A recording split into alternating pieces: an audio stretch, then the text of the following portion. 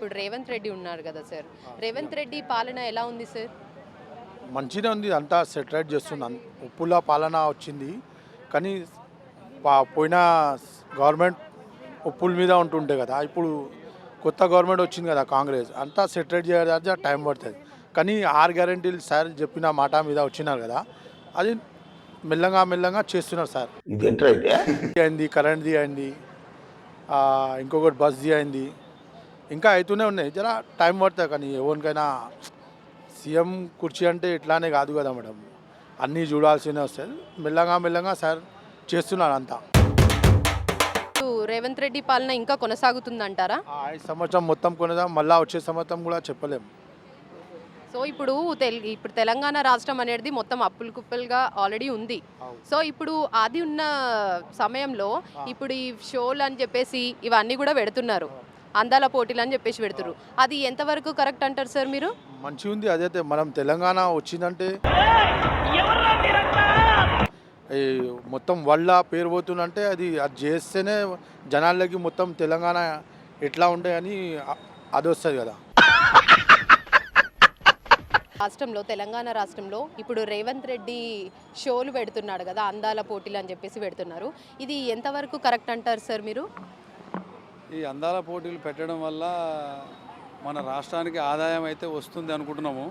కాకపోతే అన్ని దేశాలకు మన తెలంగాణ మిస్ వరల్డ్ పోటీలు జరుగుతున్నాయి కాబట్టి మన తెలంగాణలో జరిగినాయి అనేది ఒక ఉద్దేశంతో అన్ని దేశాలకు పోతుంది, అన్ని దేశాలకు బాగుతుంది.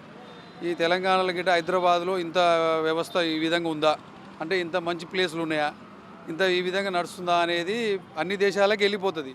అన్ని దేశాలల్లో నుంచి గిట్ట మనకు సపోర్ట్ చేస్తానికి ఏమన్నా కొంచెం పెట్టుబడులు పెడితే ఇక్కడ ఏమైనా కవర్ అవుతా అనే ఉద్దేశంతో వస్తుంది. అది ఒక నమ్మకం అనేది ఆ విధంగా అయితే పెడుతున్ననేది ఉద్దేశం. రేవంత్ రెడ్డి పెడుతున్న దానికి నాకైతే నష్టం అనిపిస్తలేదు, కొంచెం లాభమే వస్తుందనే ఉద్దేశం అయితే ఉంది. కాకపోతే నిన్న మొన్న జరిగింది ఏంటంటే రామప్ప గుడికో ఏదో వరంగల్ పోయే విధానంలో మన తెలంగాణ మహిళలతోని వాళ్ళ కాలు కడగడం తూడడం అనేది అది చాలా బాగలే, మంచిగా అనిపిస్తలేదు. అదొక్కటి మనకు నచ్చని విధానం.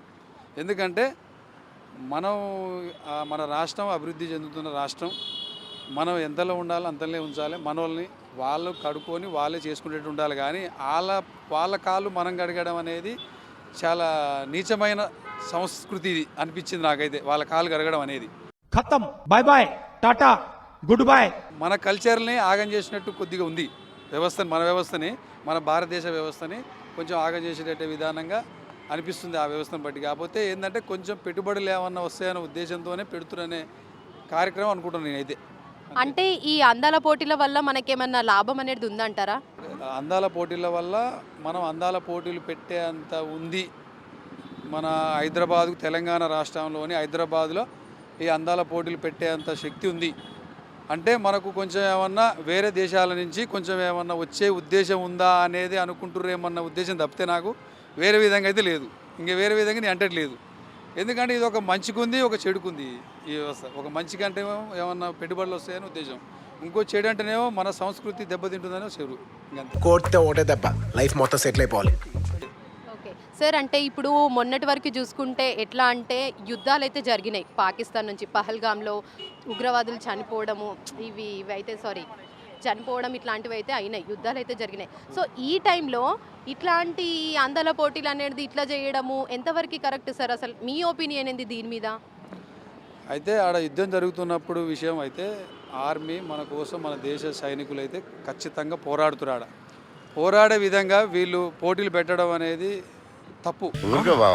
మన గురించి మనం చెప్పుకోకూడదు సార్. ఇప్పుడు అప్పులపాలు అయింది ఆల్రెడీ తెలంగాణ రాష్ట్రము. సో రేవంత్ రెడ్డి ఏమంటుండంటే ఇప్పుడు పైసలే లేవంటుండు, ఇట్లాంటి టైంలో అందాల పోటీలు అని చెప్పేసి పెడుతుండు. సో ఇది ఎంతవరకు కరెక్ట్ అంటారు సార్? దీని మీద మీ ఒపీనియన్ ఏంటి? నిన్న మొన్న ఇంటర్వ్యూ చేసిన రేవంత్ రెడ్డి గారు నా జేబులో పైసలేం లేవు, రాష్ట్రంలో పైసలేం లేవు, నిధులు లేవు, ఉన్నాయి 18,500 కోట్లే నెలకు వచ్చే ఆదాయం, ఆ ఆదాయం బట్టి అందరికీ సమకూర్చాలనేది అంటుండు. ఇటువంటి మాటలు అనేటాయన కొన్ని పథకాల వల్ల చాలా లాసు. వాస్తవానికి ఉచిత బస్సు అనేది, ఉచిత కరెంట్ అనేది, 200 యూనిట్ల కరెంట్ అనేది, ఇవన్నీ కొన్ని పథకాలు కొన్ని కొన్ని మధ్యతరగతి కుటుంబాలకు ఓకే అయితే కానీ ఇక వాస్తవానికి ఇవి పెట్టడం వల్ల ప్రభుత్వం అయితే లాస్లో ఉంది. ఇదొక హఠాత్ పరిణామం, మ్మ్. ఎవరు ఊహించినటువంటిది. అటువంటి విధాలల్లా ఇటువంటి పెట్టి దాదాపు 35 కోట్లు ఖర్చు. ఈ అందాల పోటీలకు 35 కోట్లు ఖర్చు దరిదాపులా. ఈ విధంగా ఉండి ఈ పోటీలు పెట్టి ఖర్చు పెట్టడం అనేది ఇది మాత్రం సమంజసం కాదు, కరెక్ట్ కాదు. ఆల్రెడీ నష్టాల్లో ఉన్న తెలంగాణకు వచ్చింది, అప్పుల్లో ఉన్న తెలంగాణ అయింది. ఈ విధంగా ఉన్నప్పుడు ఇటువంటి పెట్టి ఖర్చు పెట్టుకోవడం కన్నా ఈ పైసలు ఏదో ఇంకో దానికి ఉపయోగించుకోవడం చాలా కరెక్ట్ అనిపిస్తుంది నాకైతే. రేవంత్ రెడ్డి గారు కూడా కొంచెం ఆలోచించుకుంటే మంచిది. ఇటువంటి కార్యక్రమాలు ఖర్చయ్యే కార్యక్రమాలు పెట్టుకునే కొంచెం పైసలు వృధా అయిపోవడం తప్పితే దానివల్ల మనకు ఒరిగింది ఏం లేదు. తాత, ఇప్పుడు రేవంత్ రెడ్డి వచ్చిన తర్వాతకి రేవంత్ రెడ్డి పాలనలో అభివృద్ధి అవుతుందంటారా లేదా ఏమంటారు? రేవంత్ రెడ్డి ఏం చేస్తలేడు కదా, పూర్తిగా దుబ్బినాయి. మన పని మనం ఏం పాలన ఏం లేదు. ఇప్పుడు 4000 పింఛన్ ఇస్తానన్నాడు, అది లేదు. కొత్త కట్టిన ఇండ్లు కేసీఆర్ కట్టినవి కూడా ఇయ్యలే, అవి కూడా ఇయ్యలే. ఏం చేస్తాం ఇప్పుడు? ఇది భూమి అన్నీ ఎవరి వాళ్ళకు భూములు భూపాలన పెడతాను, అది కూడా పెట్టలే.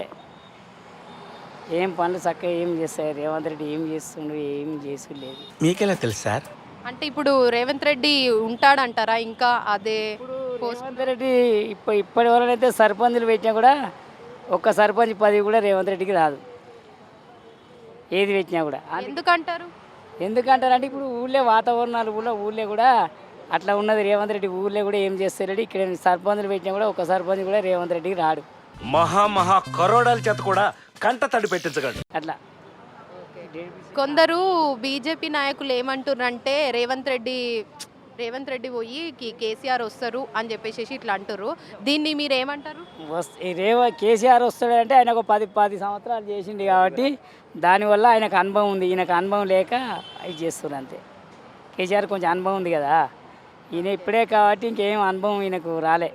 खत्म bye bye tata good bye అట్లా సో ఇప్పుడు ఎవరు బెస్ట్, ఎవరుంటే మీకు మంచిది అని అంటే ఎవరనేది ఎవరు చేసేదైనా కాదు, ఎవరు మంచి అనేది ఏం లేదు. పరిపాలన చేసేటోళ్ళు మంచోళ్ళు కావాలి, రాజ్యం చేసేటోళ్ళు కావాలి.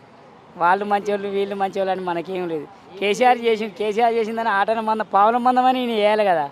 రేవంత్ రెడ్డి చేయలేరంటారా? చేస్తలేరు ఇప్పటి వరకు అయితే. ఇక చేసేదేమో చెప్పలేం కానీ ఇప్పటి వరకు అయితే ఏం చేసేది లేదు రేవంత్ రెడ్డి. అట్లా ఓకే, సో ఇప్పుడు రేవంత్ రెడ్డి బెస్ట్ అంటారా లేదా కేసీఆర్ బెస్ట్ అంటారా? ఇప్పుడు రేవంత్ రెడ్డి బెస్ట్ అనేది ఏం లేదు, పరిపాలన చేసింది కాబట్టి ఇప్పుడు కేసీఆరే బెస్ట్ అంటారు. ఇప్పుడు ఈయన ఏం చేస్తలేడు కాబట్టి ఈయన చేస్తే ఈయననే మంచోళ్ళు అంటారు. ఇప్పుడు ఏం చేస్తలేడు కదా ఈయన. ఇప్పుడు ఈయన మీద కొంతమంది వాళ్ళు బీజేపీ వాళ్ళు కూడా అంటారు నేను వస్తే చేస్తా అంటారు. ఎవరు చేసినా రాజ్యం ఒకటి చేయాలి కదమ్మా. అది. థ్యాంక్ యూ తాత. థ్యాంక్ యూ అమ్మ.